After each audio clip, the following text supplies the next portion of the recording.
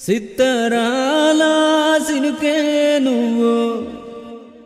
scene మారితే ఉనుకే నువ్వు పంట సేరకు ప్రాణం నువ్వు అద్దు మీరితే ప్రమాదం నువ్వు వస్తానంటే వద్దంట మా అన్నం సరదాగా ఆ మాట పట్టుకొని ఎప్పుడప్పుడు వరదై ముంచేస్తామా తుఫాను సమయమున చేసే సేవలు